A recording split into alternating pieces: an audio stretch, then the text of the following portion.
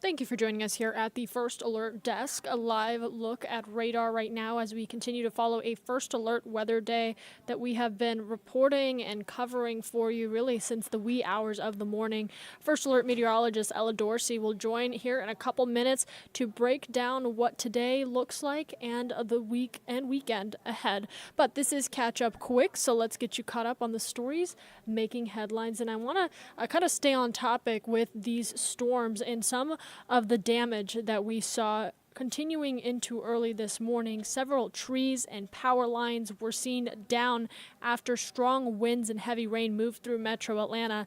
Atlanta News First Blake Devine went to a street where a massive tree fell in a neighborhood near Grant Park.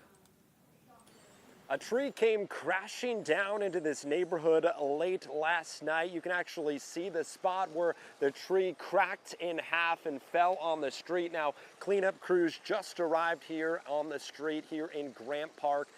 And a car is actually under the tree. It was crushed this morning. We just talked to the neighbor who lives nearby. He says he was late to work. He's a surgeon. All of this commotion taking place around 11 o'clock as the neighbors say they saw some sparks and then the power went out, as it has been out now for several hours. The good news, neighbors we talked to say Georgia Power has told them they plan on restoring electricity by 9 a.m. Although this road could be closed for quite some time, as it'll take quite the cleanup effort to remove all of this tree debris. Reporting in Southeast Atlanta, Blake Devine, Atlanta News First. And that rain might have helped people who live in Pickens County. Several families were forced to evacuate from their homes last night because of a wildfire. The Pickens County Emergency Management Agency said about 40% of the fire was contained just before midnight. We reached out to the agency to see if the rain helped put out the rest of it. Atlanta News First is keeping a close eye on the power outages and the storm damage that continues across metro Atlanta. We're going to keep you updated both on air and online and in our free Atlanta News First app, so stay up to date with us on that. All right, let's move over to the story that really, if you've been on the internet, everybody is talking about. President Donald Trump sharing his vision for his second term in a nearly 2-hour-long speech before a joint session of Congress. Now, the president's theme was renewal of the American dream as he touched on key issues like immigration, national security, and the economy. Atlanta News First Sarah Hammond has a look at how Georgia was front and center of the president's congressional address. For one, former Georgia Congressman and now Veterans Affairs Secretary Doug Collins was named the designated survivor during this speech last night. And President Trump also invited Laken Riley's family. And that invitation came as immigration crackdowns have been a large part of the president's first few months in office. The White House says ICE agents have removed about 50,000 undocumented immigrants, some from right here in Georgia. And during his address to Congress, President Trump spoke about the 22-year-old nursing student who was killed by an undocumented immigrant on the University of Georgia's campus. Laken Riley's mother and sister could be seen mouthing thank you as the president touted his signature of the Laken Riley Act. Last year, I told Laken's grieving parents that we would ensure their daughter would not have died in vain. That's why the very first bill I signed into law as your 47th president mandates the detention of all dangerous criminal aliens who threaten public safety. Some Democrats walked out of the president's speech in protest, including Congresswoman Nikema Williams, who is the chair of the Democratic Party of Georgia. In a statement, she said she could not listen to President Trump speak about policies that she says are harmful to Georgians. At the state capitol, Sarah Hammond for Atlanta News First. And hey, pay attention to this. Right now, colleges high school seniors in Georgia can apply to some colleges for free. That's right. The Georgia Student Finance Commission teamed up with the University System of Georgia and the Technical College System of Georgia to offer application fee waivers throughout the month of March.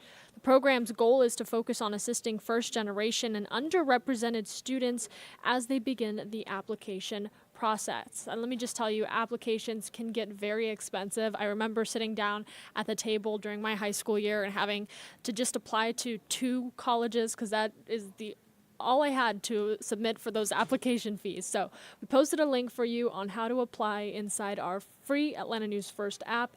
Do check that out. If you have a high school senior in your life, send them that link. This is a fantastic opportunity for them to be able to apply to colleges within Georgia and not have to worry about the financial burden that can come with that application. And the big exciting news that we are starting to follow into tomorrow. Let's talk about the Braves for a minute, shall we? Happening tomorrow, you'll get more of Atlanta's favorite baseball team for free. The team is coming back to Peachtree TV. They will take on the Marlins at spring training, and it's all part of Braves on Gray. This is a partnership with our parent company, Gray Media. So you get 10 spring training games and 15 regular season games aired for free on Peachtree TV this season. I'm going to bring this up on your screen. This is all of the dates for spring trainings. You can see the Marlins there. Tomorrow, 6:05, and then we have really several more spring training games to enjoy. If you see a chance for you to join us on Peachtree TV, we'll be covering this up until the regular season begins, and Atlanta News First sports team is on top of this. You can get more coverage of the Braves on Gray in our free Atlanta News First app. All right, we were talking about the weather at the start of this stream. I want to bring First Alert radar back on your screen as we continue to follow a First Alert weather day and bring in First Alert meteorologist Ella Dorsey to talk about the forecast still ahead. Good morning to you guys. All right, let's start you out with what is happening to our east. So the storms rolled through overnight. We saw a pretty significant amount of severe thunderstorm warnings for wind damage. Those storms are now off to the east. You see the areas in red, the red boxes in parts of South Carolina, North Carolina. That's a tornado watch. We saw a couple of tornado warnings spawned in the Carolinas as the storm system moved out. So we kind of dodged a bullet here. We didn't see a single tornado warning, although we did see some of that wind damage, and we're still kind of feeling it here. This is the current power outages across the map. There are some pretty significant power outages in North Georgia. In fact, Gilmer County canceled school because they had over 2,000 power outages up there in the LJ area this morning. They're now down to 1,000 power outages in Union County, 1,000 power outages in Rome, Floyd County, and 2,000 power outages in Cherokee County. So we definitely did see some damage. Guys, this low pressure system is as strong as a hurricane. There are blizzard conditions in Kansas and Missouri last night, winds of up to 70 miles per hour. So yeah, we saw the wind from the system here, but it was way worse to our north. Reason I'm showing you the zoomed out view of this is that these wraparound showers are going to move into our area later on today. So it's going to bring us some afternoon sprinkles, and actually even some flurries in the mountains, believe it or not. So it's going to be very windy all day. We're going to see some afternoon showers and flurries. And then it's going to be cold and breezy tonight. The wind is going to play a major factor in the way it feels today. Remember yesterday how breezy it was? That breeze, it picks right back up this afternoon. We got a wind advisory till 7 p.m. We're talking wind gusts between 30 to 40 miles per hour. That's going to add to how cool it feels outside. Here's a look. Okay, so right around now, 10 a.m., that's when the wind's going to pick up, and it'll blow until 6 or 7, even breezy this evening. Temperatures right now, low 50s, feels great. Not going to see a major warm-up, okay? It's going to stay cloudy, breezy, and cool. In fact, we top out in the upper 50s around noon today, and then those temperatures start to drop. By the time you eat dinner, we're in the 40s, and we're going to see a few spotty showers, 30% chance around and after 4 p.m. So let's take it hour by hour because I want to start the clock. You see just a few sprinkles at 2 p.m., but then by 4 or 5 p.m., that moisture really makes its way into metro Atlanta. So 8 p.m., some spotty light rain across metro, and look at the mountains. Not only are those flurries, those are snow showers from Dawson County to Pickens County to Gilmer County up into the higher elevations. I definitely think we could see a coating of snow. Some areas will see that snow continue even overnight. Pretty incredible, right? So I've added to the map some cities that could see a light coating of snow. Blue Ridge, Blairsville, Hayesville, North Carolina, Helen, Dahlonega.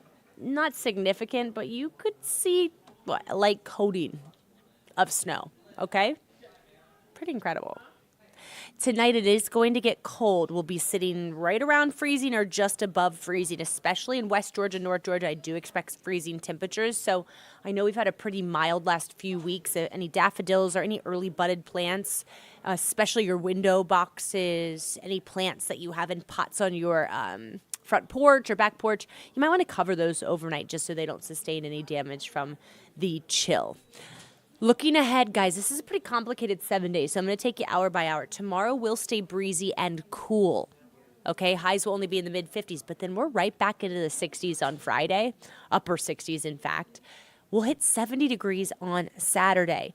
I do think we're going to see some rain Saturday night into Sunday. So if you have plans on Saturday night, that's something you need to factor in to your plans, and some of those showers will continue through the first half of the day on Sunday.